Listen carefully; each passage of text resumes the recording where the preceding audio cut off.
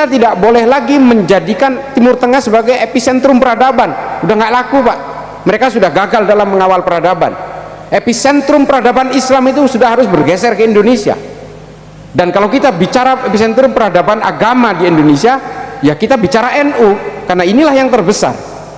Saudi hari ini sudah menyesali Wahabisme, tapi kan yang paling kocak ini kan memang adalah follower-follower yang ada di negara-negara, Pak.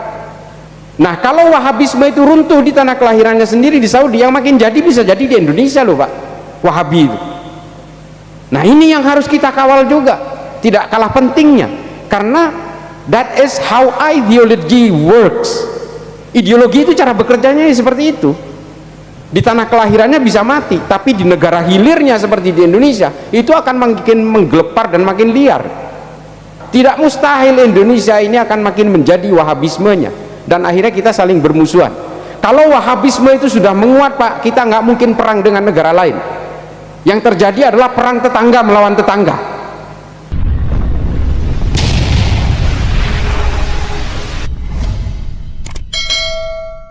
Jadi salah satu kelemahan kita itu adalah bahwa kita tidak pernah belajar dari sejarah bahwa ilmu pengetahuan di dalam Islam yang dilakukan oleh tokoh-tokoh yang saya sebutkan tadi seperti Ibnu Khaldun, Jabir Ibnu Hayyan, termasuk juga Ibnu Sina, Al-Khawarizmi, Al-Kindi, Al-Farabi, ini kan sebenarnya mengakar dari berbagai pemikiran-pemikiran yang ada di dalam Al-Quran, ditambah, nah ini ditambah oleh pemikiran-pemikiran dari Yunani. Nggak bisa kita bantah itu, nggak bisa kita bantah.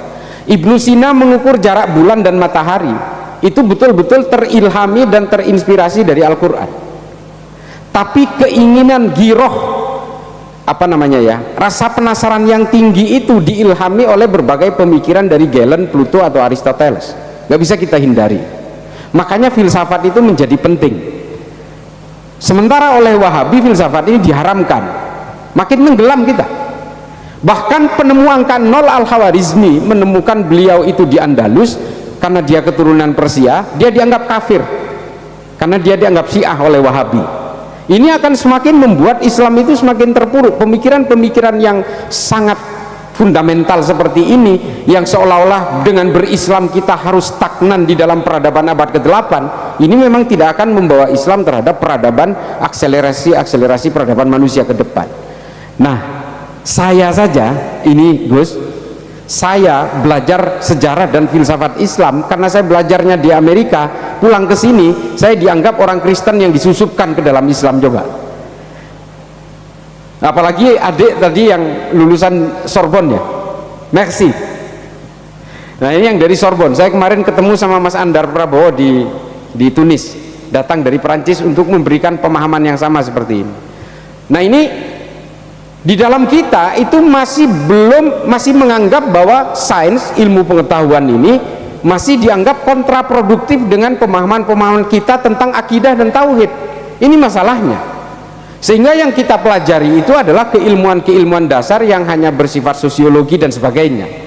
Padahal ilmu pengetahuan seperti sains, tentang astronomi, tentang astrologi, ini semuanya dasarnya dari Islam.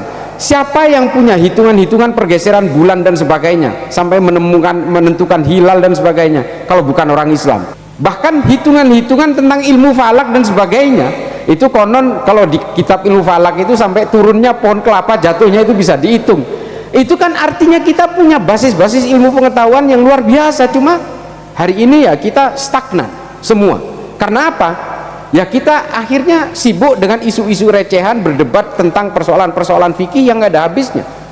Perdebatan-perdebatan soal fikih mendasar ini perdebatannya udah hampir 400 tahun, kita belum move on dari situ. Sementara orang lain yang notabene hampir semuanya tidak percaya adanya Tuhan, itu bergeraknya udah luar biasa. Elon Musk itu sebenarnya KTP-nya aja yang Islam, KTP-nya aja yang Kristen. Sebenarnya dia nggak percaya lagi kepada agama. Dia sudah mau bikin real estate loh di Mars. Nah, kita hari ini betul-betul bisa bergerak di situ, dan akhirnya apa? Pemikiran-pemikiran seperti Richard Dawkins, The Four Horsemen, termasuk juga pemikiran seperti Stephen Hawking, akhirnya kita seperti menjadi sansak diam yang hanya ditonjok kanan kiri dan kita tidak sanggup melawan. Ini karena apa? Kelalaian kita untuk mendalami sains. Bahkan ketika oleh orang-orang sains, ahli-ahli ilmu pengetahuan dari barat dikatakan bahwa agama itu tahayul, sains itu nyata, kita diam saja. Karena apa? Karena kita memang tidak pernah bisa melawan itu. Ini juga dipelintir di media ini pernyataan saya, bahwa saya bilang jangan salah bahwa sains itu justru berakar dari agama Islam. Dan hari ini kita semua orang-orang Islam ini berkesan hanya tahayul karena kita tidak sanggup berkiprah dalam dunia ilmu pengetahuan. Kita sudah tidak lagi menguasai ranah itu, sehingga kesannya kalau beragama itu ya tahyul aja gitu, metafisik aja gitu, dogma aja gitu. Nah ini yang lemah di kita. Makanya kurikulum ke depan selain soal moderasi beragama, wasatiyah, kebangsaan dan sebagainya, harus diakselerasi tentang ilmu pengetahuan ini. Saya takut pemikiran-pemikiran seperti Stephen Hawking, Richard Dawkins, ini semuanya dibeli oleh pemikiran generasi kita ke depan, sampai akhirnya kita itu betul-betul tergerus akidah-akidah kita, sehingga agama itu hanya hasil sensus saja, hanya soal indeks saja, hanya soal demografi saja. Yang tercatat di Indonesia jumlah penduduknya beragama Islam kurang lebih 83%. Dari 270 hari ini yang Islam itu sekian ratus juta. Kan hanya indeks, itu hasil sensus Pak. Berdasarkan apa? KTP. KTP-nya masih Islam tapi dia ateis, kan kita nggak tahu, nggak nyaut di hasil sensus itu. Kita kan ingin menjaga Islam ini lewat kualitas dan juga kuantitas sebenarnya. Kalau cuma kuantitas Pak, tinggal kita produksi aja anak sebanyak-banyaknya, Islam ini akan makin besar secara kuantitas. Tapi secara kualitas kita ada di mana? Wong kita ngelawan pemikirannya Samsung sama Huawei aja udah nggak bisa. Nah ini betul Bu, kita bikin mie instan aja dulu, NU pernah bikin mie instan, hari ini udah punah Pak. Yang berjaya sekarang itu Indofood dan Wings. Coba, NU dulu pernah bikin mie instan tapi nggak jalan. Nah ini teman-teman NU kalau bisa ya, kalau nanti insya Allah mudah-mudahan ada yang jadi konglomerat, mari kita giatkan semua di kalangan NU tentang ilmu pengetahuan ini, supaya kita itu tidak betul-betul menjadi follower. Kita harus menjadi betul-betul menjadi kingmaker dalam peradaban manusia. Makanya fikih peradaban NU itu harus betul-betul ditelaah, kita jalankan supaya kita punya competitiveness yang sangat tinggi. Ini alangkah bagusnya kalau suatu saat ada pesantren NU, santri-santrinya itu memenangkan lomba sains fisika, lomba membuat robot gitu, di mana di Detroit atau di Michigan atau di mana. Senang sekali saya. Ya bukan saya, mungkin kita semua akan kagum gitu. Oh ini ya, kita bukannya ingin mendegradasi apa yang dilakukan oleh berbagai adik-adik santri, anak-anak santri kita, tapi harus terus diakselerasi supaya kita betul-betul punya kompetisi yang tinggi dalam mengawal peradaban manusia ke depan. Jangan lagi digiring-giring ke arah politik. Nah mudah-mudahan kalau besar nanti kamu jadi anggota DPR pusat ya, jangan itu aja yang dijejelin ke anak-anak kita. Mudah-mudahan kamu menjadi the second Oppenheimer misalnya, meskipun nggak nyiptain bom atom gitu. Nah ini harus muncul dari kalangan kita. Kita tidak boleh ngandalin lagi Timur Tengah Pak, mereka sudah gagal total. Yang dimasukkan, yang diekspor paksa ke kita hari ini adalah kegagalan-kegagalan Timur Tengah semua. Kalau keberhasilannya yang dibawa nggak apa-apa, ini kegagalannya yang diusung ke sini kok. Nah ini kita tidak boleh lagi menjadikan Timur Tengah sebagai epicentrum peradaban. Udah nggak laku Pak, mereka sudah gagal dalam mengawal peradaban. Epicentrum peradaban Islam itu sudah harus bergeser ke Indonesia. Dan kalau kita bicara epicentrum peradaban agama di Indonesia, ya kita bicara NU, karena inilah yang terbesar. Nah itu kalau kita itu betul-betul terlambat dalam mengawal peradaban manusia, ya alih-alih kita mengawal, memindahkan epicentrum peradaban Islam ke Indonesia, yang ada epicentrum peradaban ini tidak akan kemana-mana, tetap di Timur Tengah, yang ada akhirnya wahabisasi semua. Meskipun Saudi hari ini sudah menyesali wahabisme, tapi kan yang paling kocak ini kan memang adalah follower-follower yang ada di negara-negara Pak. Komunisme itu runtuh di tanah kelahirannya sendiri hanya karena dua hal, glasnost dan perestroika. Selesai Pak, runtuh di negara kelahirannya sendiri, di Uni Soviet. Yang makin jadi kan Korea Utara. Nah kalau wahabisme itu runtuh di tanah kelahirannya sendiri di Saudi, yang makin jadi bisa jadi di Indonesia loh Pak, Wahabi itu. Nah ini yang harus kita kawal juga, tidak kalah pentingnya, karena That is how ideology works. Ideologi itu cara bekerjanya seperti itu. Di tanah kelahirannya bisa mati, tapi di negara hilirnya seperti di Indonesia itu akan makin menggelepar dan makin liar. Coba itu, kelaparan Korea Utara, tapi masih tetap kekeh memegang komunisme. Meskipun Rusia sudah menjadi negara-negara yang non komunis. Cina aja udah abu-abu, sistem ekonominya kapitalis, sistem politiknya masih komunis. Curang dia. Akhirnya Korea Utara itu yang makin jadi, meskipun lapar dia pegang itu ideologi komunis dengan mimpi-mimpi yang tidak masuk akal. Tidak mustahil Indonesia ini akan makin menjadi wahabismenya, dan akhirnya kita saling bermusuhan. Kalau wahabisme itu sudah menguat Pak, kita nggak mungkin perang dengan negara lain.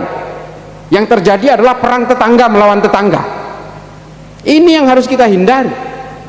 Jadi gitu ya, mari kita majukan Islam, majukan NU dengan ilmu pengetahuan. Kita dorong dengan program-program yang betul-betul melahirkan sainteisme yang mumpuni. Yang kedua adalah Merci. Wah, ini Sorbonne, Gus, di Sorbonne. Ya udahlah, pokoknya di Prancis lah. Ada saudara saya lulusan dari Sorbonne, namanya Saltut. Merci beaucoup. Merci pour votre attention. Nah ini kemarin saya bahasa Prancis terus ini di Tunis kemarin. Nah ini persoalan-persoalan peradaban ini memang pada akhirnya sama seperti tulisannya Yuval Noah Harari, Homo Sapiens. Saya sepakat itu, bahwa orang-orang itu akan menjadi secara garis besar itu menjadi dua lapisan utama. Yang satu adalah orang-orang pinter yang menguasai teknologi, yang menguasai peradaban, yang menguasai dunia algoritma digital. Nah di bawahnya ini bisa jadi kita-kita yang sibuk tuker tambah di konter HP itu yang saya bilang tadi. Nah ini nanti yang akan ditentukan ini, suruh perang kita perang, suruh ngebunuh kita ngebunuh. Ya inilah di layer kedua ini, di lapisan kedua ini. Yang menentukan siapa? Yang ada di atasnya. Ini kalau NU telat mengawal peradaban manusia itu di sini, ya kita selesai Pak. Kita menjadi manusia-manusia layer kedua yang hanya dibentur-benturkan satu sama lain.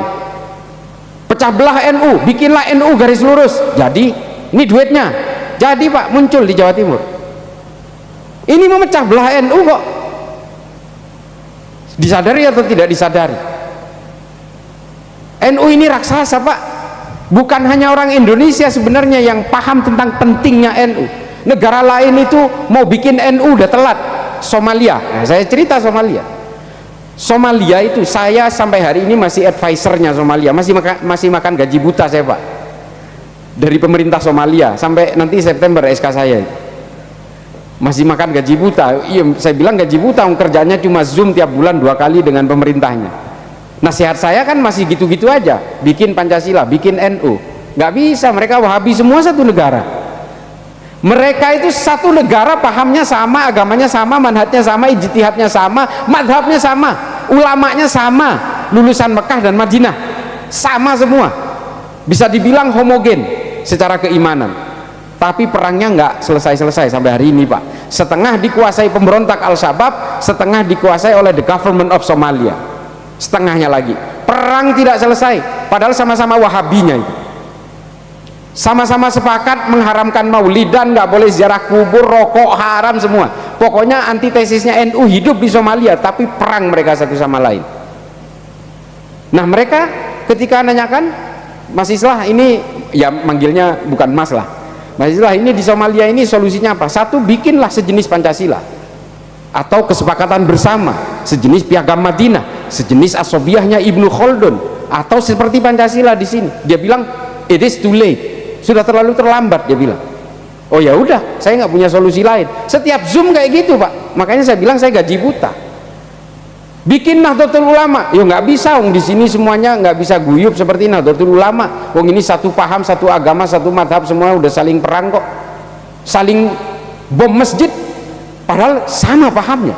Saya ketika ke Mogadishu Pak Kiai, saya itu sholat nggak bisa khusyuk, jujur aja 100% nggak bisa khusyuk. Saya takut salah masuk masjid. Kalau saya masuk masjidnya pemerintah, saya bisa diberondong tembakan tiba-tiba oleh pemberontak. Kalau saya masuk ke masjidnya pemberontak, saya bisa diberondong tembakan oleh pasukan pemerintah, padahal sama masjidnya. Wahabi, Salafi semua itu satu negara itu. Jadi ini nggak ada nyaman-nyamannya negara ini meskipun homogen. Lah Indonesia ini kan negara nggak masuk akal. Ini nggak masuk akal sama sekali. Ini seharusnya kita udah berperang dari sejak tahun 45 dan sampai hari ini belum merdeka seharusnya. Ya gimana 17.000 pulau, 700 suku, 700 bahasa. Tapi Arab itu kan satu suku, satu bahasa, satu agama. 4% doang. Hanya 4% yang non Islam. 96-nya itu Islam semua. Tapi mereka perangnya nggak selesai-selesai. Nah kita kan hari ini betul-betul ini berkah qit'ah minal jannah ini, serpihan surga betul ini Indonesia ini.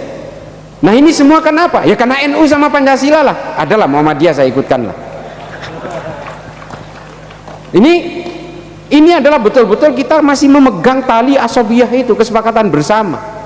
Zaman Kanjeng Nabi ada yang berusaha mengkhianati kesepakatan bersama, kesepakatan Madinah, piagam Madinah, namanya Zulkhuwaisirah At-Tamimi. Langsung dikeluarkan hadis sama Nabi. Gimana ini nih, orang seperti ini akan seperti anak panah yang lepas dari busurnya, dan nanti muncul pada masa pemerintahan Sayyidina Ali, Amir bin Bakar At-Tamimi, Abdurrahman bin Muljam At-Tamimi, muncul betulan. Dan kemudian muncul di abad, kurang lebih abad ke-18, namanya Muhammad bin Abdul Wahab At-Tamimi. At-Tamimi semua, tapi At-Tamimi yang Indonesia baik-baik lah semua. Bani Tamim di Indonesia itu jangan tersinggung. Ini kita bicara sejarah. Dan semuanya dari Najd.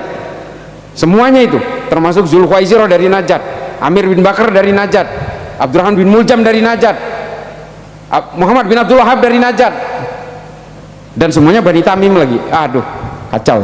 Jadi begitu ya. Wah keren Prancis. Saya salah takdir dulu. Saya ke Amerika, akhirnya lebih identik dengan liberal. Wah, kadang-kadang dituduh Syiah segala macam, ditambah lagi ini orang Kristen yang disusupkan, karena dulu berangkatnya ke Amerika ini dibiayai orang Kristen. Enak aja. Bapak saya jadi pemulung untuk biayai saya. Nah ini kira-kira begitu ya. Kemudian nanti kita banyak ngobrol, kita harus eksplor, kita gali dan beri kesempatan kepada alumni-alumni dari luar negeri untuk membangkitkan sains, ilmu pengetahuan yang science theism, sains yang berbasis agama. Ini harus ini, kalau enggak nanti wah ini kelompok The Four Horsemen, Richard Dawkins, Harris, Hitchens, termasuk pemikiran-pemikiran Stephen Hawking, ini nanti akan menjadi agama baru. Kesian anak cucu kita nanti akan keluar dari agama-agama dan akhirnya betul-betul menjadi ateis yang tidak terkendali. Bukan berarti orang ateis ini moralnya jelek, enggak juga, karena moral itu tidak ditentukan oleh agama. Tapi ketika dia tidak percaya Tuhan, kemungkinan-kemungkinan akan mengkhianati aturan-aturan Tuhan itu potensinya besar.